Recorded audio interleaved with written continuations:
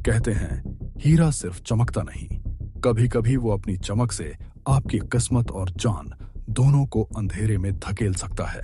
क्या आपने कभी किसी ऐसे हीरे के बारे में सुना है जो सदियों से एक गहरी झील के नीचे डूबे हुए मंदिर में कैद है? लोग इसे मौत का सितारा कहते हैं। आज हीरे की परख में हम सिर्फ हीरे की नहीं, बल्कि उसके पीछे छुपे एक ऐसे श्राप की परख करेंगे जो आज भी जिंदा है। हीरे की परख।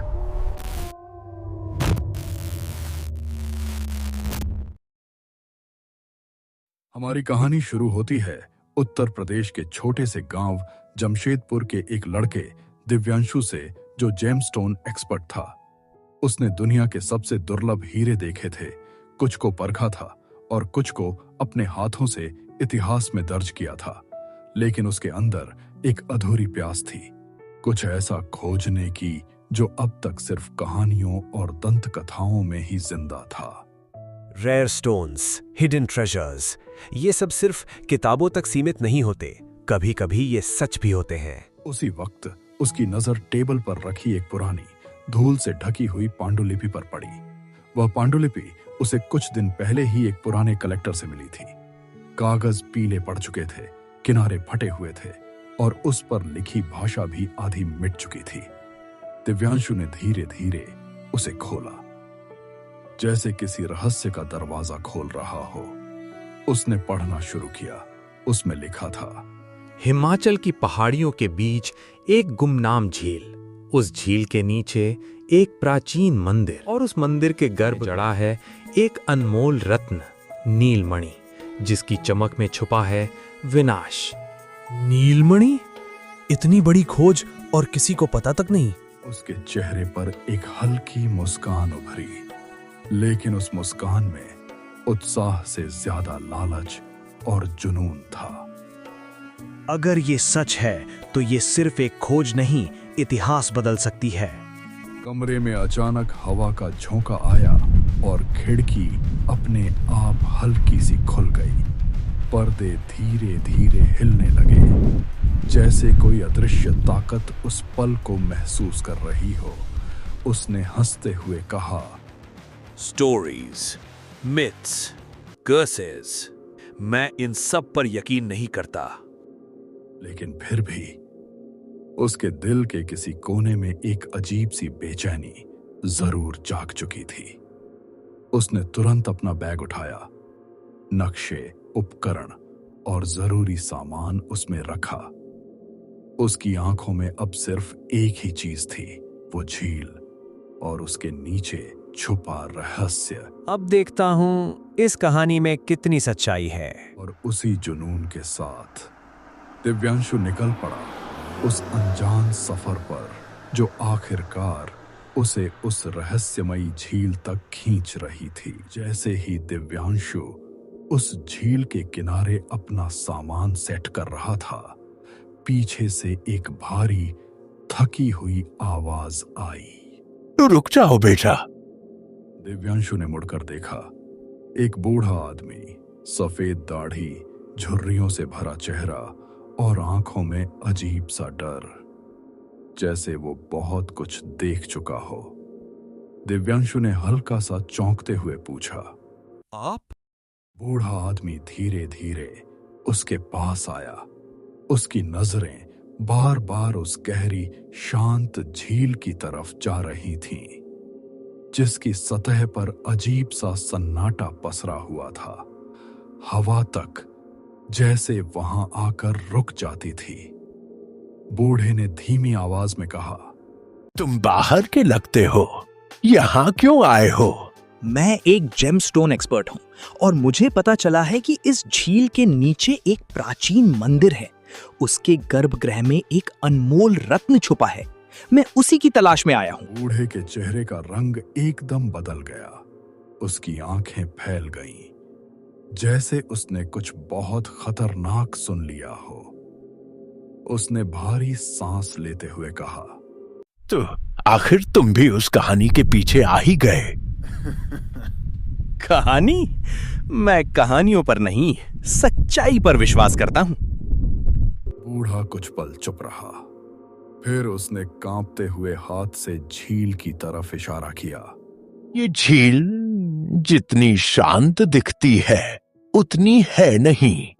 इसके नीचे जो है वो सिर्फ पत्थर या मंदिर नहीं है। फिर क्या है? वो शाप है, एक ऐसा शाप जिसे सदियों पहले खुद भगवान ने इस दुनिया से छुपा दिया था। हवा अचानक ठंडी हो गई। झील की सतह पर हल्की हल्की लहरें उठने लगीं, जैसे कोई नीचे से हिला रहा हो। बूढ़े ने कांपती आवाज में कहा, ये मंदिर किसी हादसे में नहीं डूबा था बेटा, उसे जानबूझकर डुबोया गया था ताकि जो भी वहां कैद है वो कभी बाहर ना आ सके। मैं समझता हूं, गांवों में ऐसी कहानियां होती रहती हैं। लोग डर जाते हैं और फिर उन्हें सच मान लेते हैं। तुम नहीं समझ रहे हो, कई लोग गए हैं वहां लेकिन कोई वापस नहीं आया, और जो आए वो पहले जैसे नहीं रहे।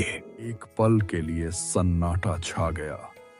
दूर कहीं से कौवे की आवाज आई और झील की सतह पर जैसे एक काली छाया लहराकर गायब हो गई। दिव्यांशु ने उस तरफ देखा, लेकिन फिर उसने सिर हिलाकर उस ख्याल को झटक दिया। उसने दृढ़ आवाज में कहा, मैं एक पारखी हूं। मेरा काम है सच को पहचानना, ना कि डरकर पीछे हट जाना। अगर गए तो शायद वापस नहीं आ पाओगे। लेकिन दिव्यांशु ने उसकी बात अनसुनी कर दी। उसने अपने बैग से डाइविंग गियर निकाला, एक एक करके सब पहनना शुरू किया। ऑक्सीजन टैंक की आवाज, मास्क का कसा जाना, सब कुछ उस सन्नाटे में और भी डरावना लग रहा था। झील के किनारे खड़े होकर उसने एक बार फिर उस गहरे काले पानी को देखा। पानी इतना साफ था, फिर भी उसके अंदर झांकने पर कुछ दिखाई नहीं देता था, जैसे वो गहराई खुद एक रहस्य हो। दिव्यांशु ने खुद से कहा, बस कुछ ही देर की बात है।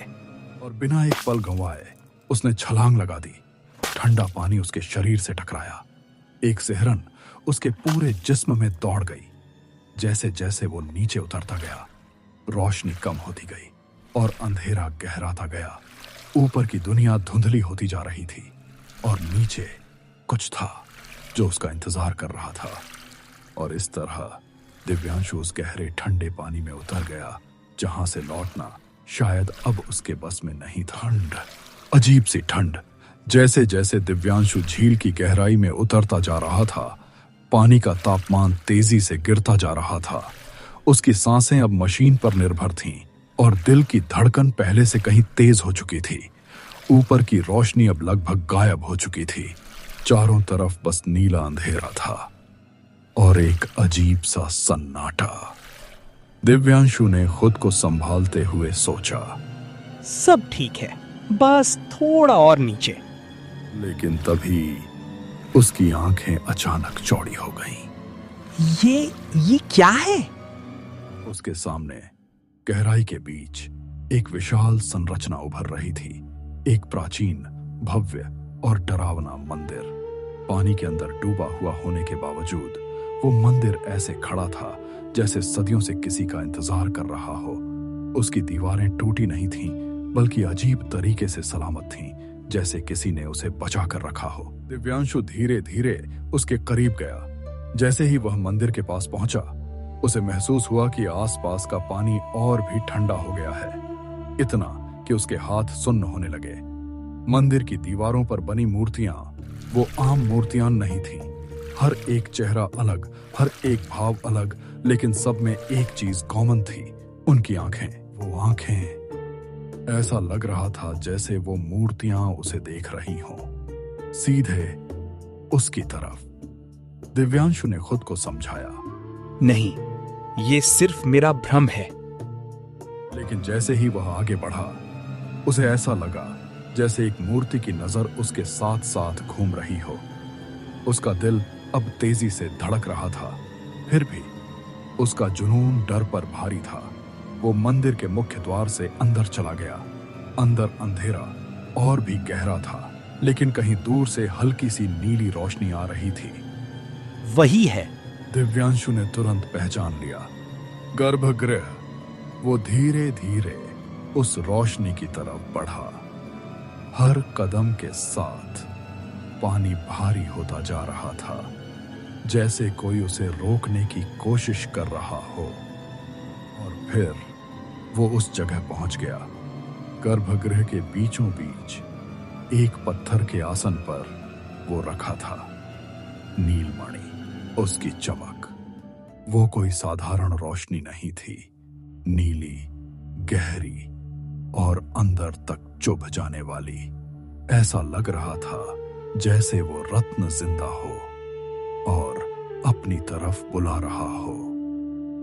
अविश्वसनीय, इतना शुद्ध, इतना शक्तिशाली।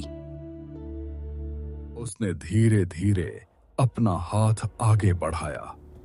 उसकी उंगलियां बस कुछ ही इंच दूर थीं उस रत्न से, और जैसे ही उसने उसे छूने की कोशिश की,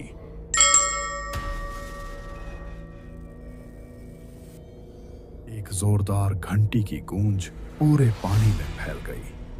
दिव्यांशु का शरीर एकदम से सिहर उठा। ये कैसे? उसकी आंखें डर से फैल गईं। पानी के अंदर घंटी की आवाज, ये नामुमकिन था, लेकिन वो आवाज बार बार गूंज रही थी, और हर गूंज के साथ मंदिर की दीवारें हल्की हल्की कांपने लगीं। मूर्तियों के चेहरे अब पहले जैसे नहीं लग रहे थे। उनकी मुस्कान अब डरावनी हो चुकी थी। दिव्यांशु ने पीछे हटने की कोशिश की, लेकिन तभी उसे अपने पीछे किसी की मौजूदगी का एहसास हुआ। एक ठंडी, भारी और बिल्कुल पास, जैसे कोई उसके ठीक पीछे खड़ा हो। उसने धीरे धीरे गर्दन घुमाई और उसी पल उसे समझ आ गया, शायद वो अकेला नहीं था। दिव्यांशु के हाथ कांप रहे थे, लेकिन उसकी उंगलियां अब भी उस नीलमणि को कसकर थामे हुए थीं।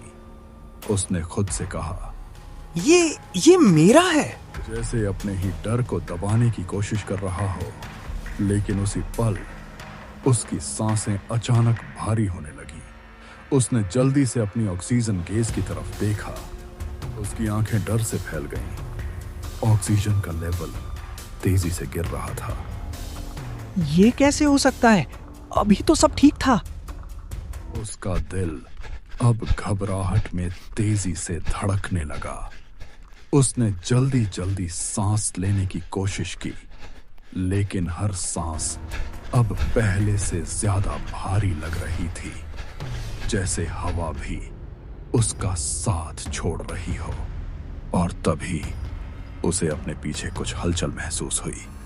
धीरे धीरे, बहुत धीरे उसने गर्दन घुमाई, और जो उसने देखा, उसके रोंगटे खड़े हो गए। मंदिर की दीवारों से एक काला, धुंधला सा साया निकल रहा था। वो कोई साधारण छाया नहीं थी, उसका कोई साफ आकार नहीं था, लेकिन उसकी मौजूदगी इतनी भारी थी कि आसपास का पानी तक काला पड़ता जा रहा था। नहीं, ये सच नहीं हो सकता। दिव्यांशु पीछे हटने लगा, लेकिन उसका शरीर जैसे जकड़ गया था। और तभी उसकी नजर फिर से उन मूर्तियों पर पड़ी।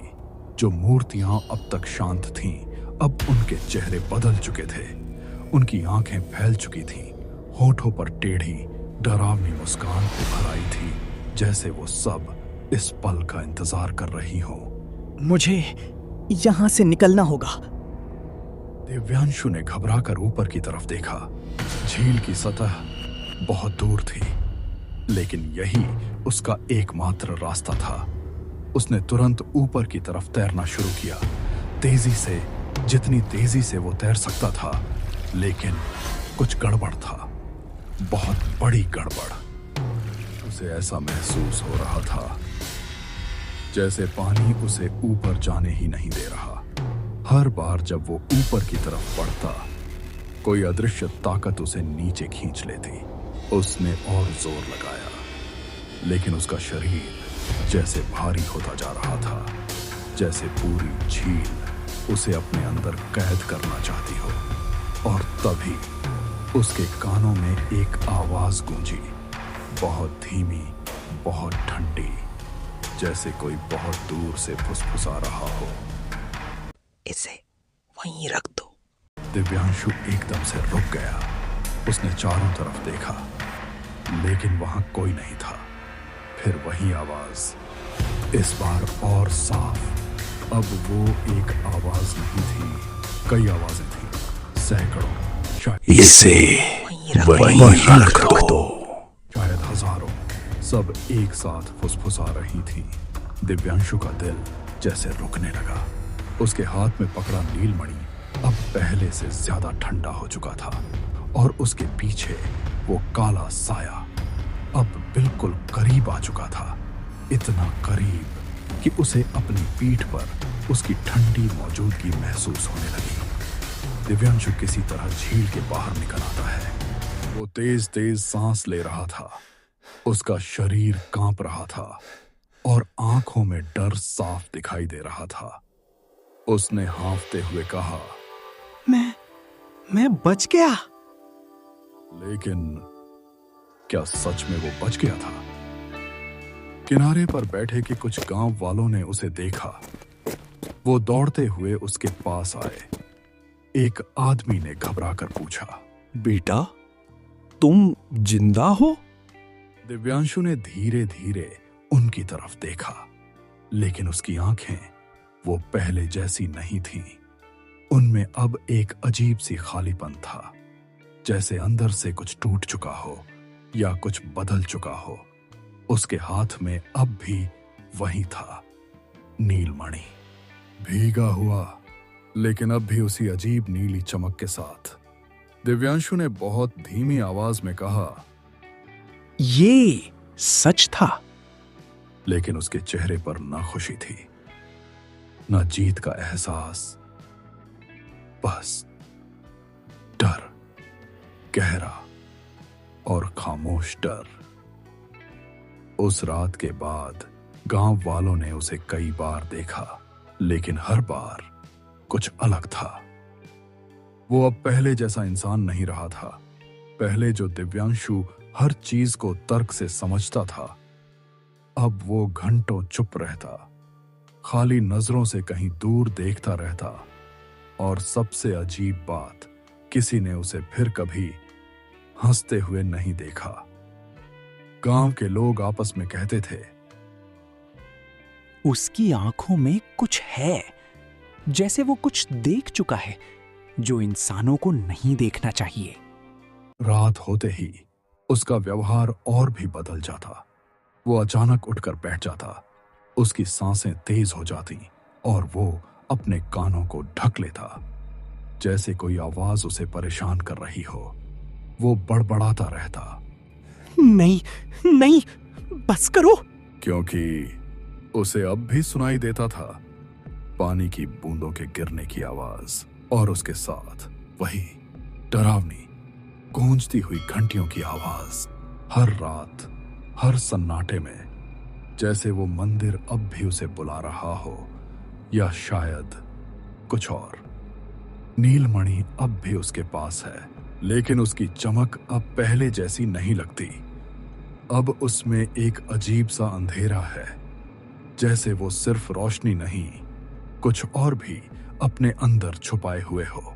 और तब से एक सवाल हर किसी के मन में है, क्या वो हीरा सच में बाहर आना चाहता था, या फिर दिव्यांशु ने उसे बाहर निकालकर किसी और चीज को आजाद कर दिया है, जो अब हमारी दुनिया में धीरे धीरे फैल रही है। अगर आपको ये कहानी डरावनी लगी तो इसे लाइक जरूर करें।